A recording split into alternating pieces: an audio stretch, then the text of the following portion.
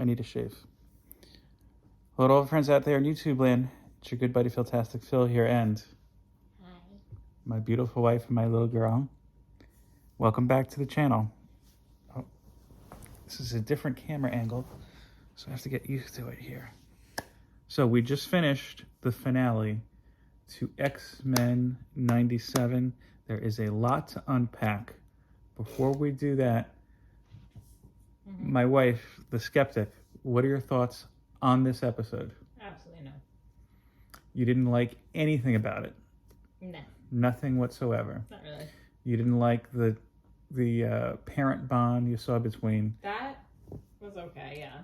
I didn't finish. You had you had two big parent kind of bonds there. You had Cyclops, Jean, and Cable, which I'm going to get back to in a moment. Then you had Xavier and Magneto, also kind of tapping it a little bit into Magneto's past. Yeah. You also, I guess you could say this too, you had a little bit of a Bastion there as well. So you didn't think any of that was done well? The family ties were good, but I didn't really like it overall. You didn't, what about the overall message that Charles had a couple great messages, actually. Little girl, hey, what's wrong? Hey, look at that. Hi. Hey, little girl. Little ravioli. No, she's not. Mm-hmm. Yeah, you know, Daddy insulted you, Mel. Calm down, calm down. I think She was had just- her, Yeah. she had her 6-month visit today and had a couple shots. So, so she's not a happy camper at the moment. Yeah, She's also tired. I mean, Go to bed. you also had the bond Cyclops saying to Sebastian, hey, parents are not perfect. You know, that whole thing. You didn't think that was done well either. I'm not saying that that part wasn't good. I'm saying overall, it was just really boring. I was just checked out. I'm Look, like, there oh, was come on. so much. I don't know how you could. Look, you had the big final fight between Bastion and everyone, which, by the way, there were a couple times I was a little nervous that after Bastion was... we should say this now that we're already 2 minutes into it. There's spoilers, of course. After Bastion was powered up, in one of, I think, his most recent appearance, which at this point was over 10 years ago. I think I need to put her to bed. She's getting a little antsy here. Okay. It's okay. I know. You noticed before I paused the video there was a little bit of a delay. It's because I was trying to pause my phone using our Roku remote, and then it took a second before I realized that this will work for that but not for this. So there you go. And I'm not going to edit it out anyway, because why? Yeah, no, there was a moment I was saying when in Bastion's most recent appearance, which again at this point is over 10 years ago, when he became that prime Bastion Sentinel form, and Nightcrawler was doing what he was doing, phasing out and punching. That's what Nightcrawler does. Bastion actually figured out where he was going to phase and killed him. So I thought maybe we're going to see Nightcrawler get killed next, but thankfully, you know, that's not the case here. You don't know. It has to be continued. That we just saw.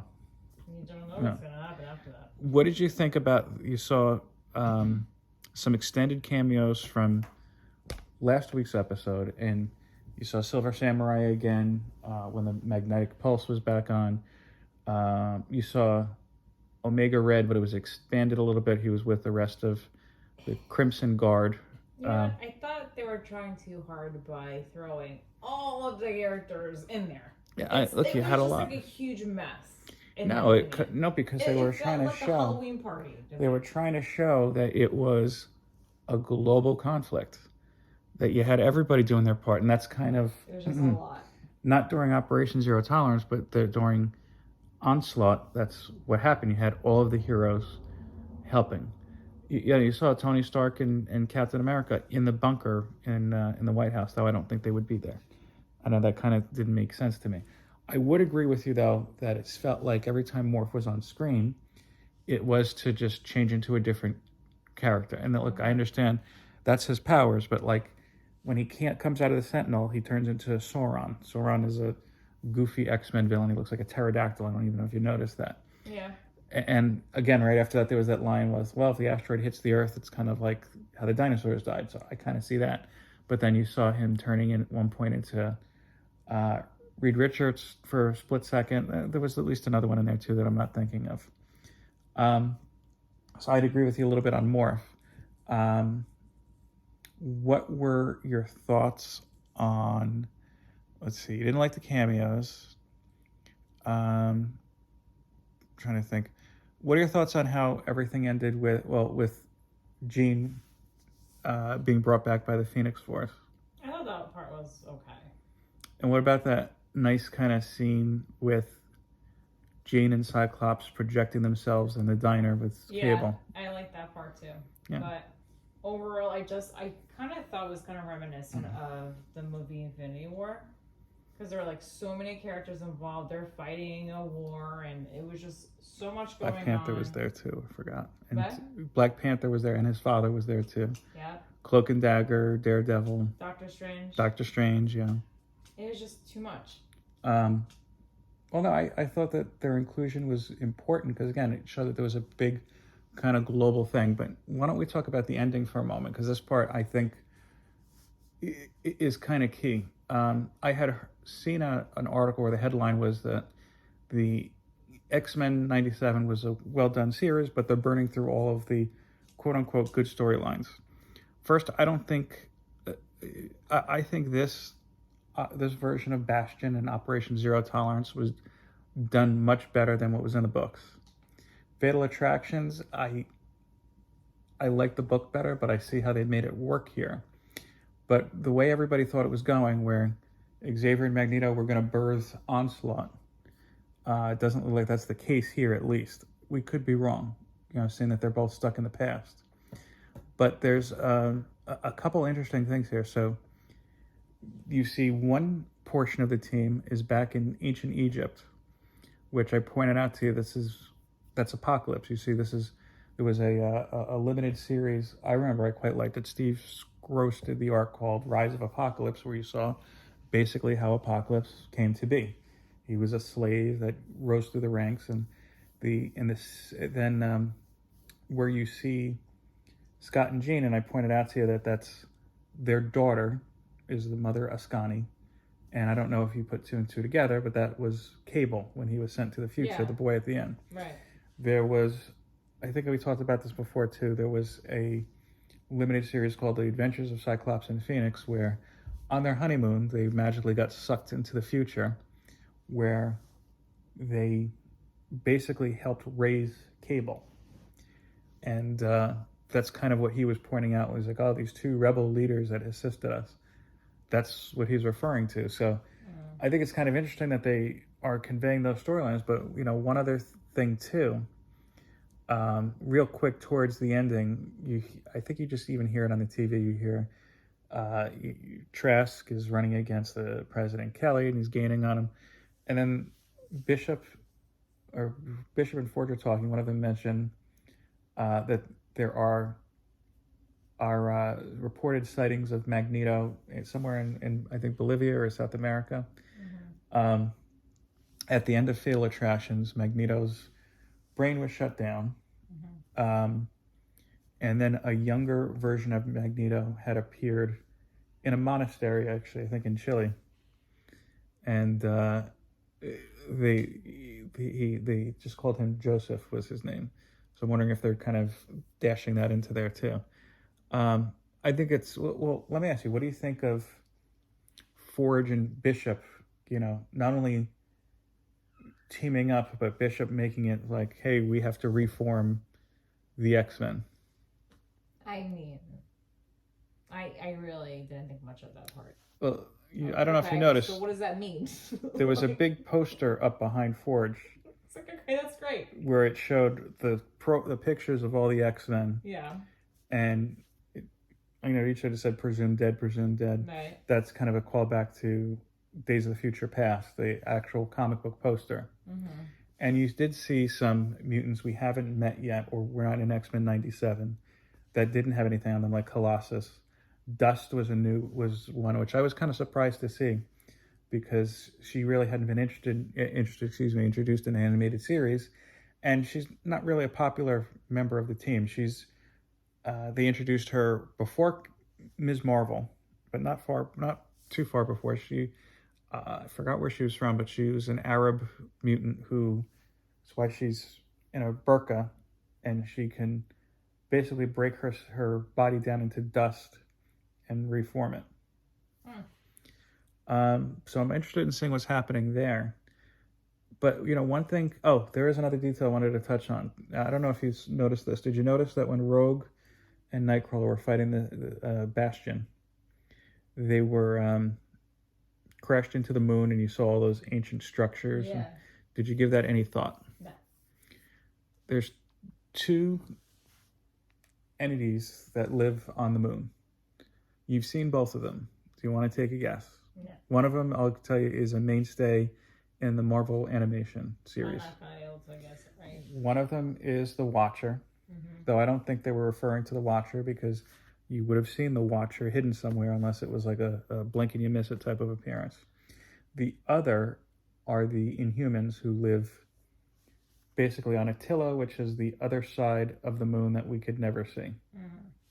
So I don't know if that was a reference to them, but I don't know. It made me say, ooh, that's what they're doing. But the other thing I picked up on, both of the teams are kind of split up through time, but I'm wondering if they're going to make the connection that they're split up also between, I don't think between realities or different kind of branches. We saw the branches a few episodes ago, kind of like how you saw in Loki. Remember, I paused it and pointed that out to you.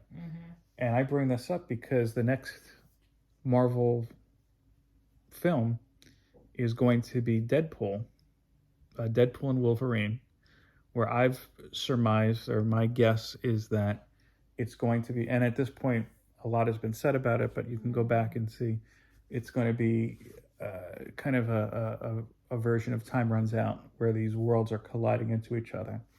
So maybe we might see one of the animated X-Men running in the background or something at some point. That's of a stretch. It is, but it isn't. I mean, there was a Marvel series called Exiles where you had different characters from all different realities, and in the most recent volume, one of them was a cartoon version of Wolverine, but like a cutesy chibi version. That's a stretch. Like you never know. I was going to ask you a question. All right, so you didn't care for this episode, though you did like some elements, if I'm hearing it correctly. Yeah. Okay, thinking of the series on a whole, episode 1 to 10, what are your thoughts? No. You didn't care for it? It wasn't for me. There were episodes that you enjoyed. I did, but overall, I did not really like it. Okay. And mind you, I don't really like X-Men. She doesn't like X-Men, but she soldiers through it, and we all appreciate it. I appreciate it especially. Did watching this series give you any different perspective on the X-Men or any of the characters? I mean, a little bit in terms of their background, but that's about it. Are there any characters who you either didn't know or didn't like at the beginning that you find yourself liking now? Yeah. Who? Jean.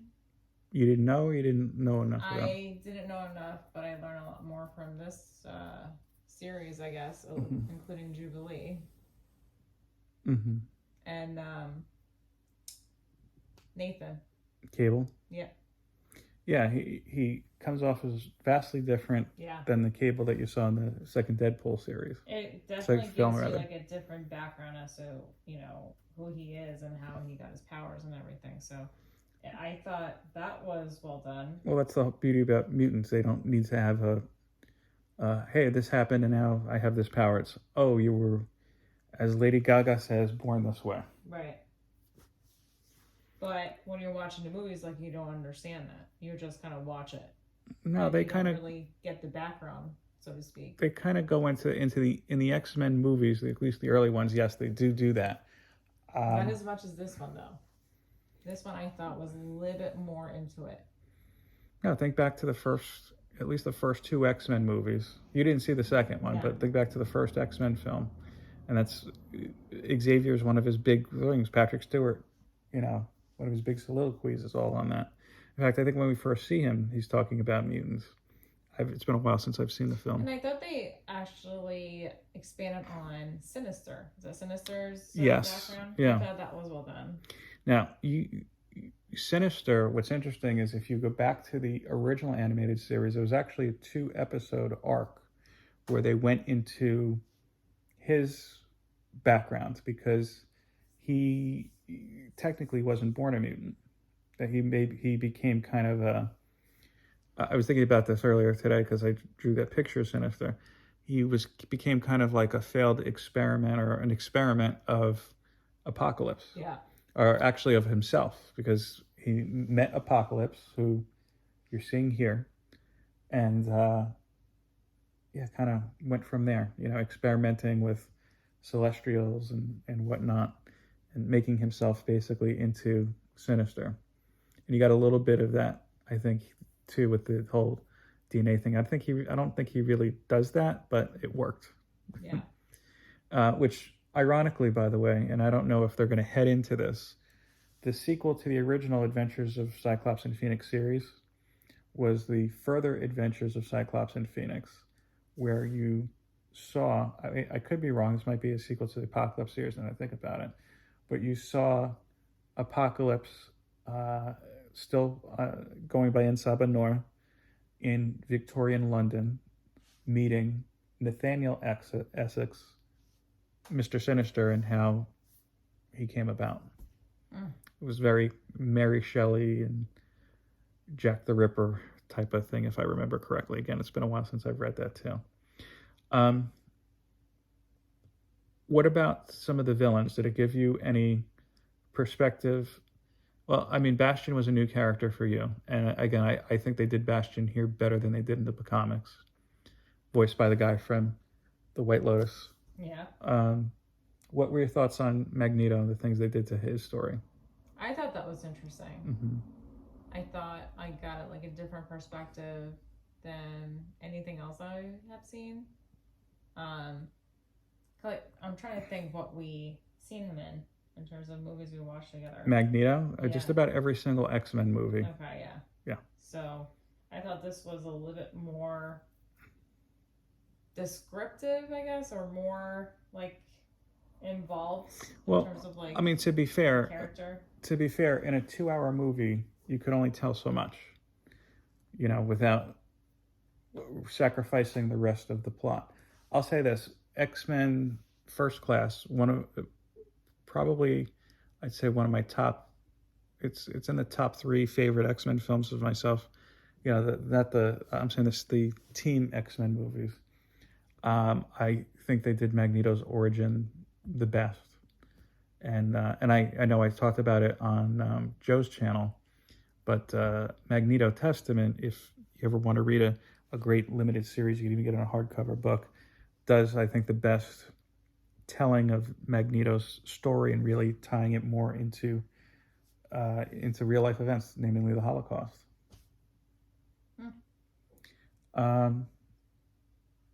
Okay, so I'm trying to think. Okay. I know you said you didn't like this season overall, but there are a lot of elements that you liked. What is it, if anything, that you would want to see in season 2?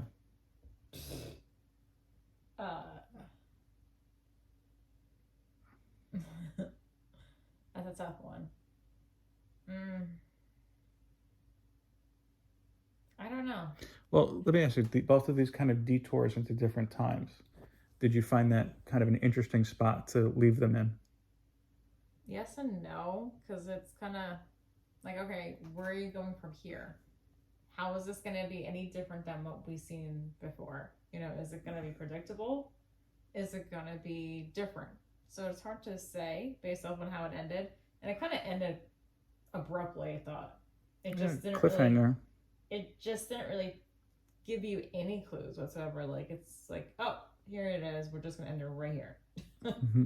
So I don't know what to expect. I don't have any expectations, to be honest with you, going into the second season. Like, I'm like, oh boy, I would really want to see what's going to happen next. because I really don't feel that way at all. Okay, so I'm just going to ask a couple rapid fire questions. Who is your favorite character in this entire series? The entire? Yes. One character. While she's thinking, by the way, hashtag finale for a entry into the hashtag Road to 1K giveaway. Jean. Okay. Because I related to her. Who is your least favorite? Sinister. Really? After you said that? Okay. Yeah. Is there a character you thought they could have done without?